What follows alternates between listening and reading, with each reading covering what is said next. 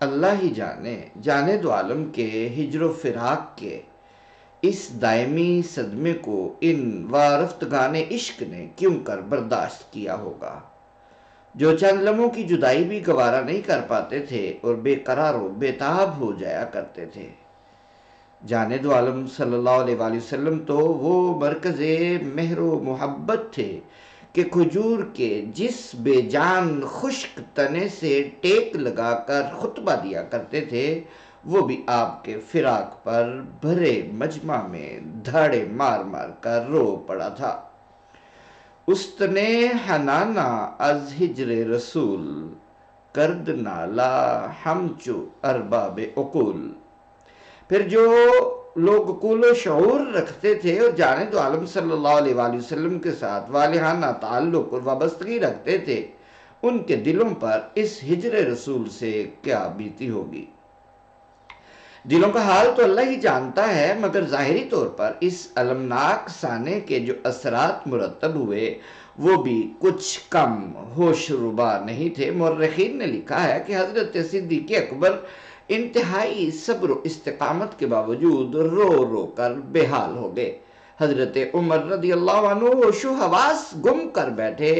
حضرت عثمان رضی اللہ عنہ کی زبان بند ہو گئی اور حضرت علی رضی اللہ عنہ وقتی طور پر اس قدر بے جان ہو گئے کہ چلنے پھرنے کی طاقت نہ رہی۔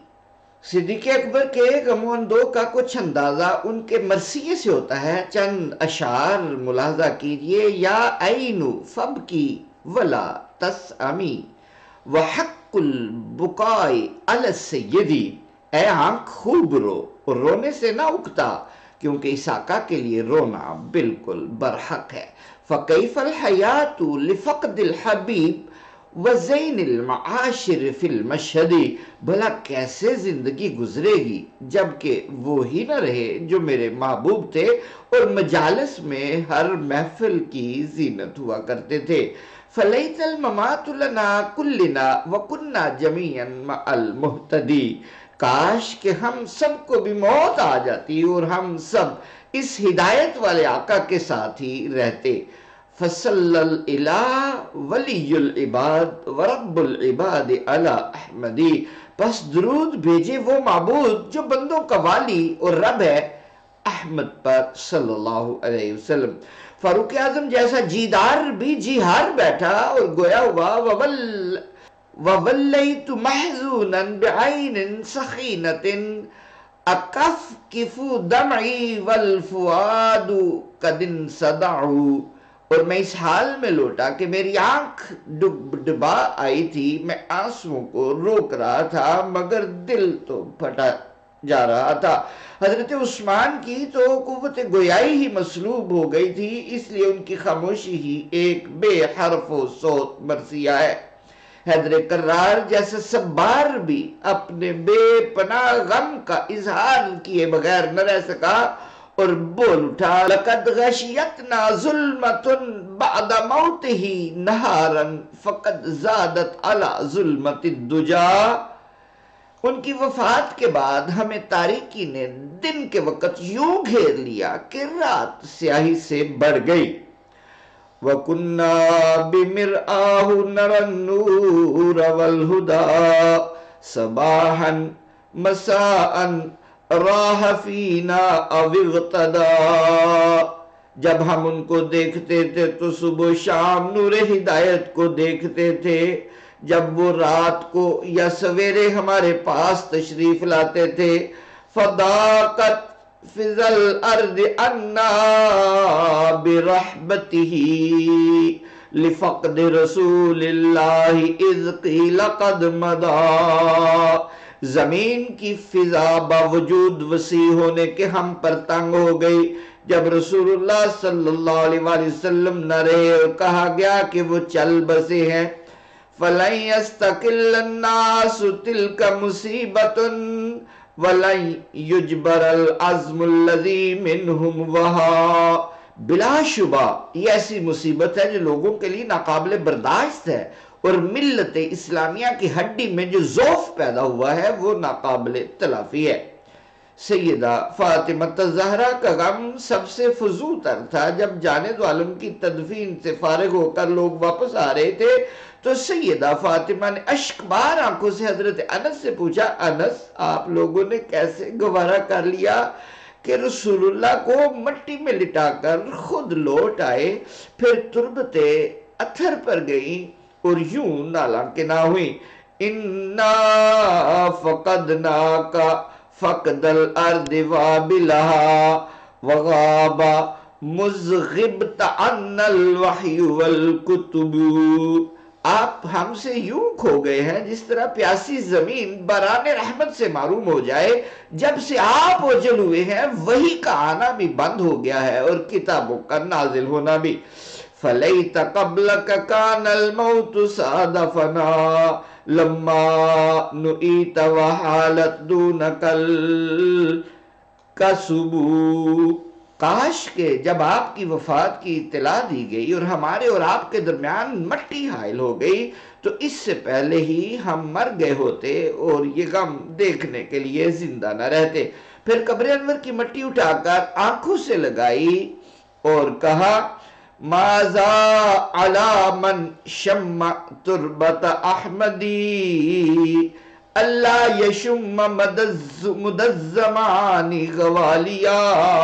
جس نے تربت احمد کی مہک سونگھ لی ہو وہ اگر تمام عمر کوئی اور خوشبو نہ سونگے تو اس میں تعجب کی کیا بات ہے۔ صبت علیہ مصائب لو انہا صبت علی الایام عدن لیالیا۔ مجھ پر وہ غم و اندوہ کی ایسی مصیبتیں ٹوٹ پڑی ہیں کہ اگر دنوں پر پڑتی تو دن راتوں میں بدل جاتے۔ خاندان بنی ہاشم کے اکابرین سے سیدہ فاطمہ کی حالت دیکھی نہیں جاتی تھی، اس لیے وہ اپنے مرثیوں میں مختلف طریقوں سے سیدہ کو تسلی دینے کی کوششیں کرتے نظر آتے ہیں۔ جانب عالم صلی اللہ علیہ وسلم کے تایزاد حضرت ابو سفیان ابن حارث ابن عبد المطلب نے بہت اعلیٰ مرثیہ کہا اور حضرت فاطمہ کو نہایت عمدہ انداز میں صبر کی تلقین کی، فرماتے ہیں، ارکتو وبات لیلی لا یزولو ولیل اخی المصیبت فیہ طولو۔ میری نیند اڑ گئی اور رات ایسے ہو گئی جیسے اب ختم نہ ہوگی، اور مصیبت زدہ کی رات تو لمبی ہوتی ہی ہے نا۔ فقدنا الوحی والتنزیل فینا یروح به ویغدو جبریل۔ وحی و تنزیل کا وہ سلسلہ کھو گیا جس کے ساتھ جبرائیل امین کبھی رات کو آتے تھے کبھی دن کو۔ نبی کان یجل الشک عنا بما یوحا الیہ وما یقول۔ حضور صلی اللہ علیہ وسلم وہ نبی تھے جو ہمارے شکوک و شبہات دور کرتے تھے، کبھی اس وحی کے ذریعے جو آتی تھی اور کبھی اپنی باتوں سے۔ وَيَهْدِينَا فَلَا نَخْشَى دَلَالًا عَلَيْنَا وَالرَّسُولُ لَنَا دَلِيلُ۔ وہ ہمیں ایسا راستہ دکھاتے تھے کہ پھر کسی گمراہی کا ڈر ہمارے دلوں میں نہ ہوتا تھا، کیونکہ خود رسول اللہ صلی اللہ علیہ وآلہ وسلم ہمارے رہنما اور ہماری دلیل تو وہی تھے۔ وَيُخْبِرُنَا بظہر الغیب اما یکون فلا یخون ولا یحول۔ وہ ہمیں غیب کی خبریں بھی سنا دیتے تھے کہ کیا ہوگا، اور اس خبر میں کوئی خامی ہوتی تھی نہ ہیر پھیر۔ فلم نر مثلہ فی الناس حیا ولیس لہ من الموت عدیل۔ نہ زندوں میں ہم نے ان کے جیسا کوئی انسان دیکھا اور نہ مرنے والوں میں کوئی ان کی نظیر ہے۔ افاطمہ ان جزاتی فذاک عذر وان لم تجزئی فہو السبیل۔ اے فاطمہ اگر صبر کا دامن تجھ سے چھوٹ جائے تو یہ مجبوری ہے، لیکن اگر تو دامن صبر نہ چھوڑے تو اصل راستہ یہی ہے۔ فَأُوذِي بِالْعَزَاءِ فَإِنَّ فِي ثواب اللہ والفضل الجزیل۔ تجھے چاہیے کہ کہ صبر و استقامت کا سہارا لے، کیونکہ اس میں اللہ تعالیٰ کی طرف سے جزا ہے اور بے اندازہ فضل۔